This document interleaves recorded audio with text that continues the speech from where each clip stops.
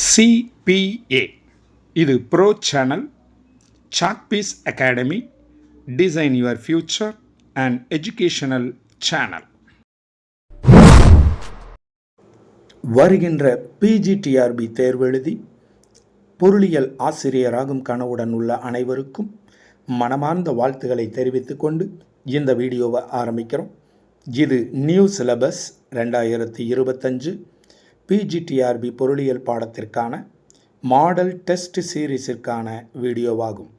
இது unit 8 part number 7. இதில் உங்களுக்கு வினாக்கள் மட்டும் வழங்கப்படும். இதனுடைய விடைகளை எழுதி இதற்கென்று உள்ள வாட்ஸ்அப் குழுவில் நீங்கள் பகிரும்போது அதனுடைய மதிப்பெண்களும் அதற்கான விடைகளுடன் கூடிய PDF ஃபைலும் உங்கள் வாட்ஸ்அப் நம்பருக்கே அனுப்பப்படும். இந்த தேர்வினை நீங்களும் எழுத வேண்டும் என்று விரும்பினால் நீங்கள் கட்டணம் கட்டி இந்த குழுவில் சேர வேண்டும். கட்டணம் குறைந்த அளவுதான். அதற்கான விளக்கங்கள் பெறுவதற்கு இந்த வீடியோவில் காண்பிக்கக்கூடிய வாட்ஸ்அப் நம்பரை தொடர்பு கொண்டு விளக்கங்கள் பெற்று நீங்களும் தேர்வெழுதி தேர்ச்சி பெறுங்கள். இப்போ இந்த வீடியோவினுடைய முதல் கேள்விக்கு போகிறோம். அதற்கு முன்னதாக இந்த தேர்வானது எவ்வாறு நடைபெறுகிறது என்றால், முதலில் தலைப்புகளுக்கான மெட்டீரியல் அனுப்பப்படும். அதிலிருந்து அன்றே வினாக்கள் உருவாக்கப்பட்டு தினந்தோறும் இந்த தேர்வானது நடைபெறுகிறது. இதில் நீங்களும் கலந்து கொண்டு தினந்தோறும் தேர்வை எழுதலாம். அனைவருக்கும் வாழ்த்துக்களை தெரிவித்துக் கொண்டு இந்த வீடியோவினுடைய முதல் கேள்வி மற்றும் யூனிட் 8ற்கான 151வது கேள்வியை பார்க்குறோம். நில சீர்திருத்தத்தின் மெதுவான முன்னேற்றத்திற்கான காரணங்களில் ஒன்று. நில சீர்திருத்தத்தின் மெதுவான முன்னேற்றத்திற்கான காரணங்களில் ஒன்று.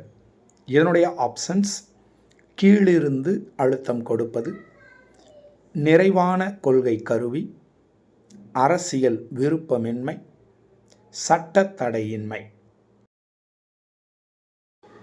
அடுத்து 152வது கேள்வி.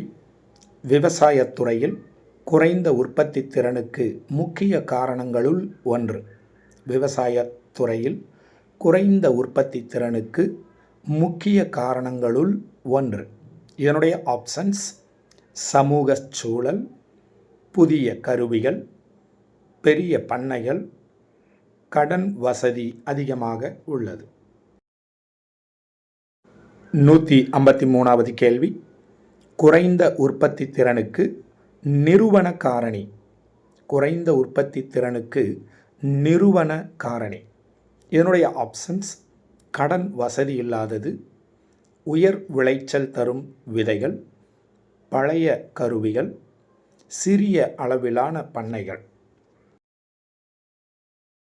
154வது கேள்வி. குறைந்த உற்பத்தி திறனுக்கு மனித காரணி. குறைந்த உற்பத்தி திறனுக்கு மனித காரணி. இதனுடைய ஆப்ஷன்ஸ்: போதுமான நீர்ப்பாசன வசதியின்மை, நிலம் தொடர்பான மக்கள் தொகை அழுத்தம், பாரம்பரிய முறைப்படி சாகுபடி செய்தல், கால்நடைகளால் பயிர் பாதிப்பு.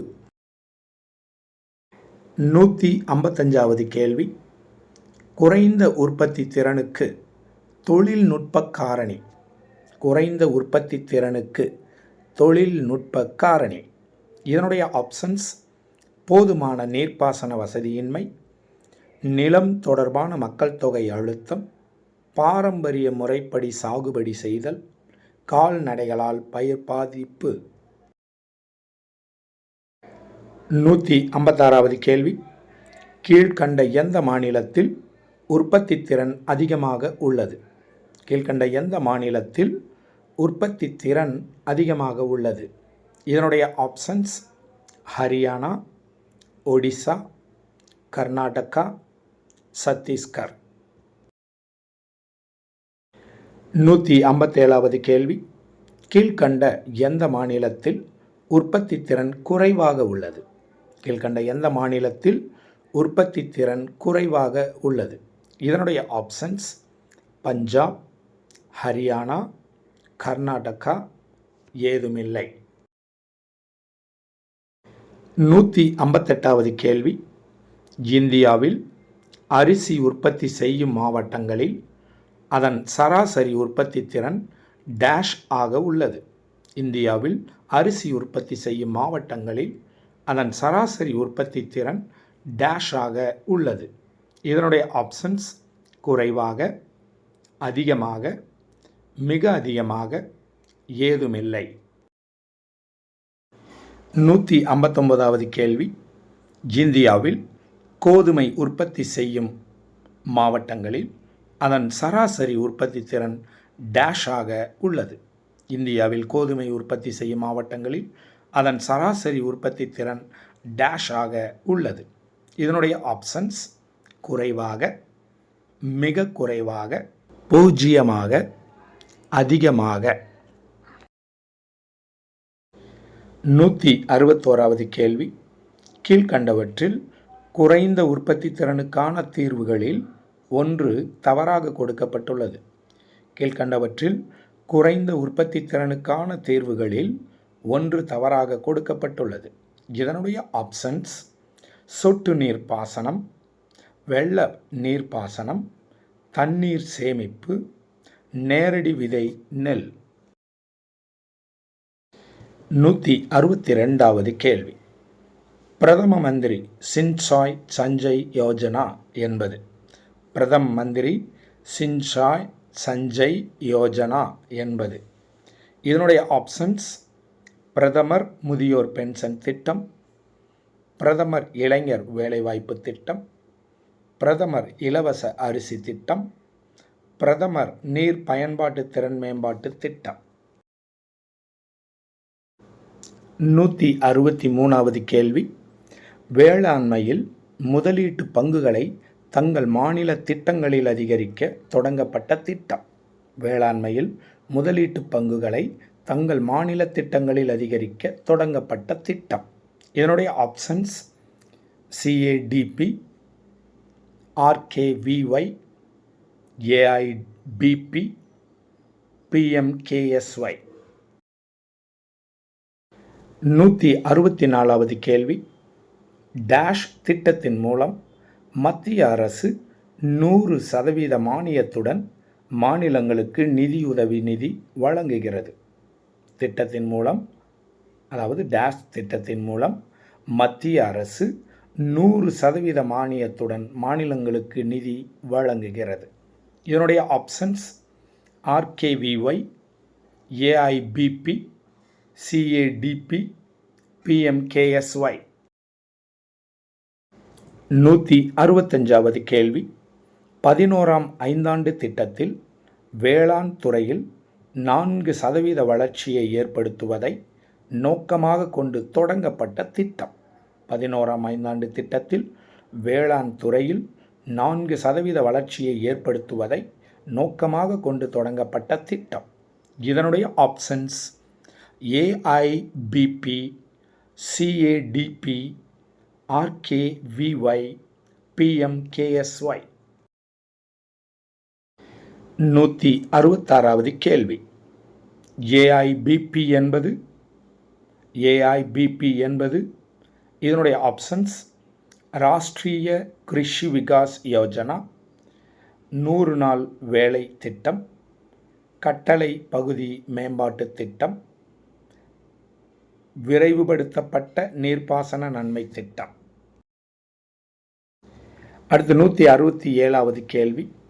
கீழ்கண்ட டேஷ் ஆண்டிற்கு பின்னர் தரமான விதை உற்பத்தி விரைவாக அதிகரித்துள்ளது. கீழ்கண்ட டேஷ் ஆண்டிற்கு பின்னர் தரமான விதை உற்பத்தி விரைவாக அதிகரித்துள்ளது. இதனுடைய ஆப்ஷன்ஸ் 2006-7, 2004-5, 2005-6, 2007-8. 168வது கேள்வி. கீழ்கண்டவற்றுள் விரைவுபடுத்தப்பட்ட நீர்ப்பாசன நன்மை திட்டம் என்பது. கீழ்கண்டவற்றுள் விரைவுபடுத்தப்பட்ட நீர்ப்பாசன நன்மை திட்டம் என்பது.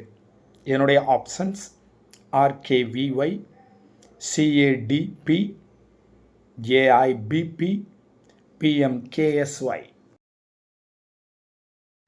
169வது கேள்வி. கீழ்க்கண்டவற்றுள் கட்டளை பகுதி மேம்பாட்டு திட்டம் என்பது. கீழ்க்கண்டவற்றுள் கட்டளை பகுதி மேம்பாட்டு திட்டம் என்பது.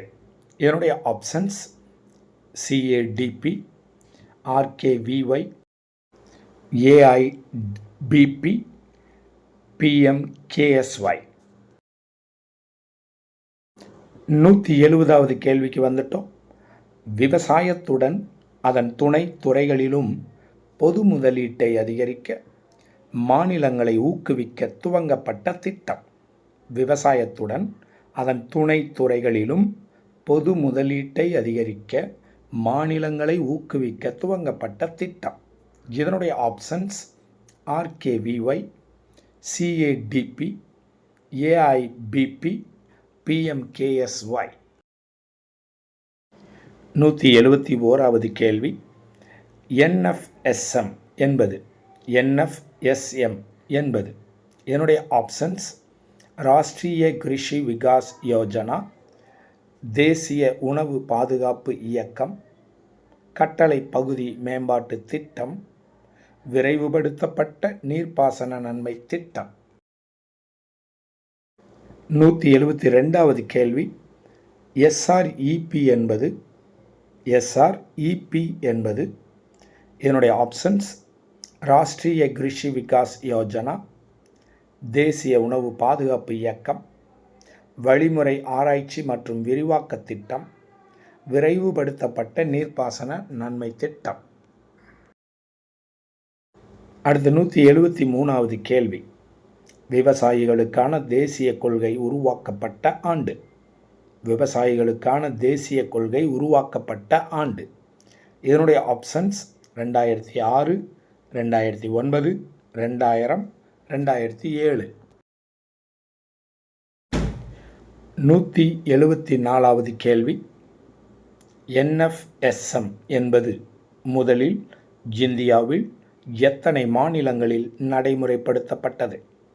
NFSM என்பது முதலில் இந்தியாவில் எத்தனை மாநிலங்களில் நடைமுறைப்படுத்தப்பட்டது?